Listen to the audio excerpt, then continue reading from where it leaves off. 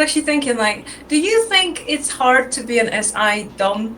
Because I'm sometimes feeling a fit for. I mean, I think everybody has their own struggles. What's harder, at being an SI dom or being an FI dom? Oh, being an FI dom for sure. I mean, Because of lack of control. being an ISFJ is relatively easy, I think.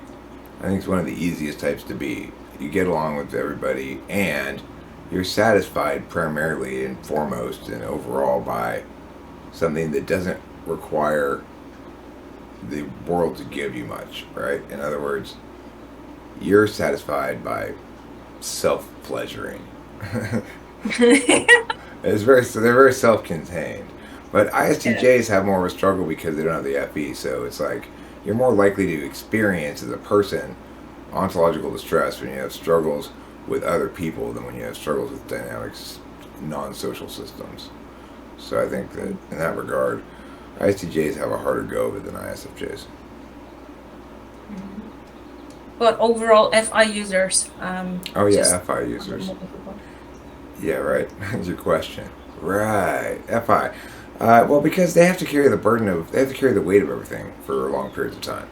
So it's like if you're an FI user, whether you're ISFP or INFP, but especially ISFP, who take more actions and incur more actual FI impacts, then by the time you are getting ready to die, you're gonna feel like you're full. You're full of everything and you're ready to go. But it's because like FI is like a big boulder that heats up really slowly and cools down really slowly. For most people, not for us really, but it does. It does for us too. It's just that we don't experience very often. It certainly was that way with my dog that died, Lacey. Um, I was with her for 12 years. She was attached to my side for 12 years or whatever, and when she died, it was absolutely devastating, and Yeah. it ached for a long. It still does. So it's like that's FI, right? But imagine instead of just feeling that about your dog that died when you were in your 40s, you feel that about like people. I mean, wow, Mm. that'd be terrible. Yeah. No, I get you. I get you. And although, don't you get to that point a little bit, like having the sense of like longing and care to that point? Well, I I mean, mean, okay, look. The thing is, I've been lucky. I haven't really lost the small number of people that I have that are really close to me, so I haven't experienced that. But like, I've got my daughters, obviously very precious to me, and Rachel and my dad. Um, but I guess what I mean is, like, it makes me sad sometimes to think about having kind of lost this friendship with Corey for reasons outside of my control, really. But um, I don't know. It's just if you're an FI dom, every decision is weighty. Like FI dom never underestimates getting a pet. They're like, I'm taking on a life defining relationship here. Whereas FI polar might make that mistake once before realizing, oh shit, this pet thing is way too much of an FI thing, ultimately. mm, yeah.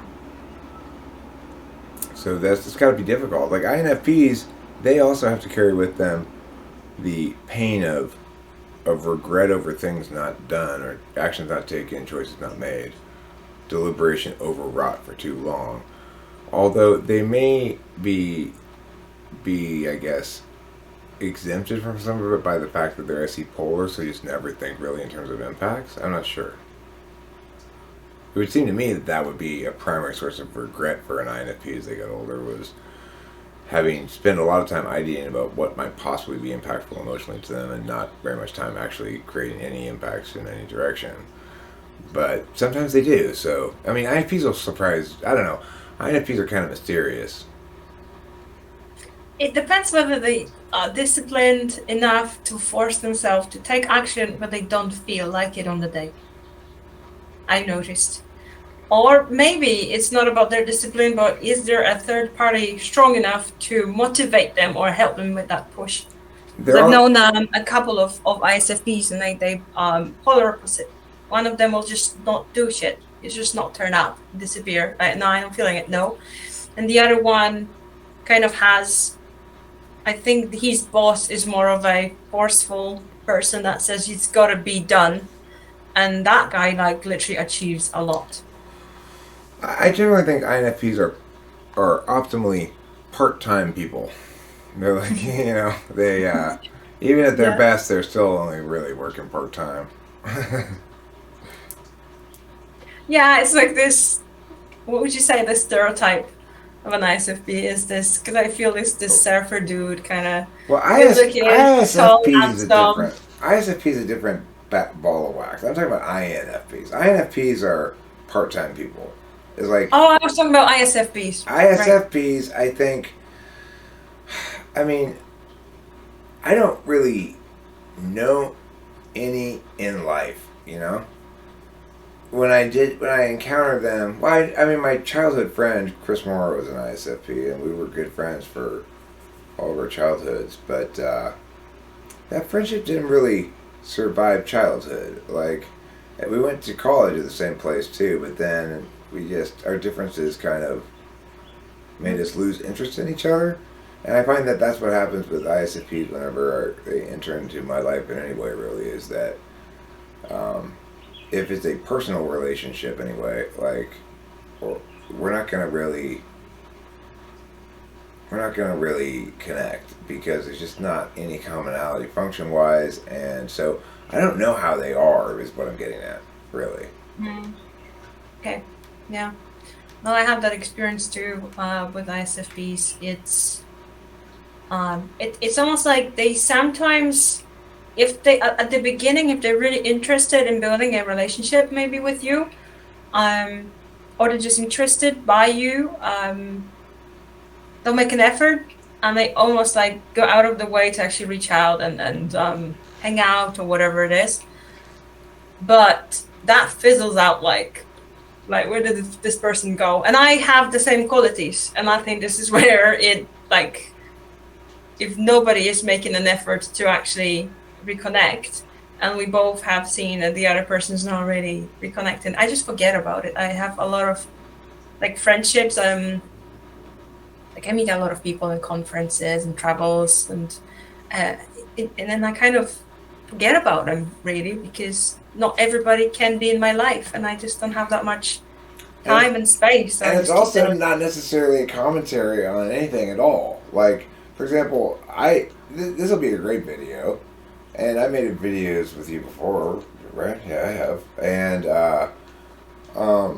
yet it's not going to occur to me to make it happen again, really, until maybe someday I get a random itch to be like, hey, you feel like making a video or something? I don't know. If it happened, like, it would have to have happened for me to know why it happened, I guess. Anyway, the thing is, same with like Lady Lou. I really enjoyed chatting with her. Everyone spoke highly of the video. It was well received, and yet it doesn't really ever occur to me to reach out and make it happen again or something. It's ENTP, isn't it? And for me, um, Actually, can you hold first that of all, I'm thought? Can you hold distracted. that thought? I want to refill my coffee.